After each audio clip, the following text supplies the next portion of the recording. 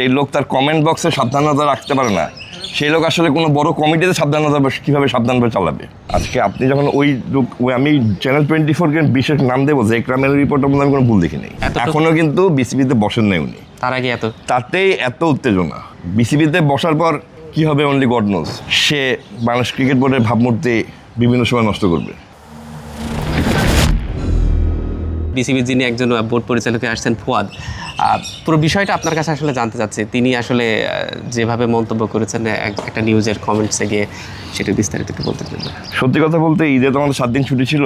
আমার ঈদের ছুটিটা কাটছে ট্রাম্প আর ফুয়াদ দিয়ে, মানে আমেরিকার প্রেসিডেন্ট ডোনাল্ড ট্রাম্প, মানে আলবেনিয়ার গরু ট্রাম্প এবং আমাদের হুবু বোর্ড ডিরেক্টর ফুয়াদ, এই দুজনকে নিয়ে আমার পুরো ঈদটা কাটছে। ট্রাম্প তো এখন জুতে গেছে দেখলাম, মানে বাংলাদেশের গভর্নমেন্ট তাকে জুতে নিয়ে গেছে। আপনার বাড়ি থেকে কাছে দেখতে গিয়েছেন? না, এখনও যাইনি, যাবো ইনশাল্লাহ। তবে ট্রাম্পকে খুব বেশি দেখাও লাগবে না, কারণ 2-1 ট্রাম্প এখানেও আসবে আর কি হয়তো বা। কারণ ফুয়াদ ভাই যেটা করছে আর কি, মানে আমার 2-3টা প্রশ্ন আর কি দেখা যাচ্ছে। খুব বড় একটা দুঃখ প্রকাশ দেখলাম তার নিউজ নামানোর পরে, মানে নিউজের ফিডে যেখানে উনি একটা সুন্দর শব্দ ইউজ করছে, শালার পুত, সামথিং লাইক দ্যাট।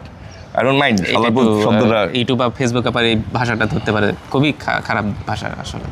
উনি বলতে পারবে, আমরা বলতে পারবো না। আপনি বলতে পারবেন, বাট এটা আমি বলি না, এটা ফুয়াদ ভাই, মানে উনি বলছেন শালার পুত বলতেন। আমি ওইটা নিয়েও না, উনি একটা খুব ভালো শব্দ লিখছে যে অসাবধানতার কমেন্টটা হয়ে গেছে।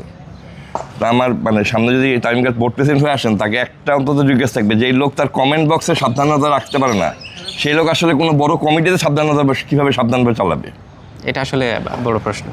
আর সেকেন্ড কথা যে ফুয়াদের ব্যাপারে আরেকটা জিনিস হচ্ছে যে ফুয়াদ ভাই কিন্তু মানে ওনাদের শরীরে যে রক্ত, যে চাঞ্চল্য চলে আসছে দীর্ঘদিন মসনদে না বসতে পারার পর, যখন মসনদে আসে আমরা বিভিন্ন সময় দেখি বিভিন্ন পলিটিক্যাল হুডলুমস, হ্যাঁ, তারা কিন্তু রাস্তাঘাট দখল করে। ফুয়াদ ভাই তো 14 বছর ধরে ছিলেন না। ওই যে 14 বছরের যেই মানে রক্ত কণিকা যে আবার টকবগিয়ে উঠতেছে না, ওটার বই প্রকাশ কিন্তু এই ইয়েতে না, কমেন্ট বক্সে না। আমি শেষ দিই, উনি কিন্তু মানে বিএর মহাসচিব রানা ভাইয়ের সাথে এই বিল্ডিংয়ের লিফটে একটা দুর্ব্যবহার করছে, এবং ওই রিপোর্টটা আমরা করছিলাম। ওই রিপোর্টটা করার পরে তার যেই মানে পরবর্তীতে তার যে আচরণ আমি দেখলাম, মানে নিশ্চয়ই তিনি 4 বছর থাকবেন।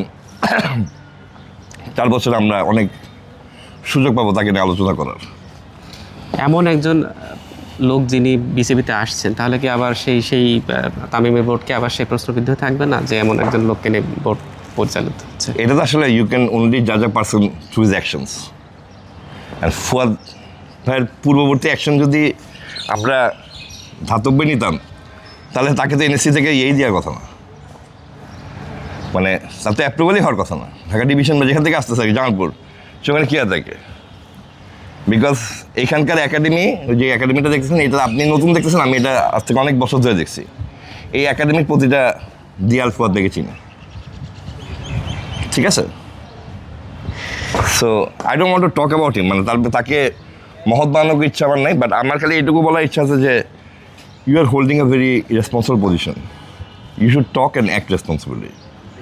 বিকজ আপনি যদি ওইটা না করেন, সামনে আপনার ব্যাপারে ধরেন আপনি তো একটা পুরো গোষ্ঠীকে সাদারপুত বলছেন, আপনি একটা পুরো গোষ্ঠীকে গালি দিচ্ছেন। বিকজ আপনি তো একটা রিক্সাওয়ালাকে যখন মারবেন, আর 5টা রিক্সাওয়ালা আসবে অবশ্যই। আজকে আপনি যখন আমি চ্যানেল 24-কে বিশেষ নাম দেবো যে একরামের রিপোর্টের মধ্যে আমি কোনো ভুল দেখি নাই। একরাম এটা ফ্যান্টাস্টিক জব, এবং এই রিপোর্টটার মধ্যে আমি কোনো রিভিলিং কিছুও দেখি নাই।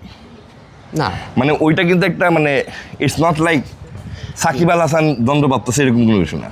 একরাম কী করছে, জাস্ট ফ্যাক্ট অ্যান্ড ফিগারটা তুলে ধরেছে। এই ফ্যাক্ট অ্যান্ড ফিগারটা এর আগে অন্যান্যরা আপ করছে, সবাই প্রথম আলো করেছে। সো ওটাতে কোনো ভুল ছিল না। ভুল ছিল কি ওনার রিয়াকশনটা। এখনও কিন্তু বিসিবিতে বসেন নাই উনি, তার আগে তাতেই এত উত্তেজনা।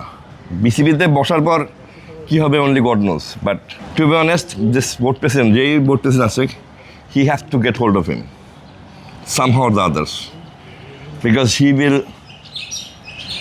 সে বাংলাদেশ ক্রিকেট বোর্ডের ভাবমূর্তি বিভিন্ন সময় নষ্ট করবে। I think that he is turning into a character more or less. আমার তো মনে হচ্ছে তামিম, মানে যে বোর্ডটা আসতে যাচ্ছে, নাজমুল ইসলামের একটা অন্য ভার্সন হয়ে দাঁড়াচ্ছেন ফুয়াদ। বিসিবি পূর্ববর্তী যে বোর্ড প্রেসিডেন্ট ছিলেন, মানে বোর্ডের আমলে যে ছিল, ফিনান্স কমিটির চেয়ারম্যান ছিলেন নাজমুল, তারই একটা অন্যরকম version, talking and trying to he must understand. এবং আরেকটা জিনিস ওনাকে মনে করে দিই, সেটা হচ্ছে 14 বছরে ক্রিকেট এবং ক্রিকেট সাংবাদিকতা অনেক দূর চলে গেছে।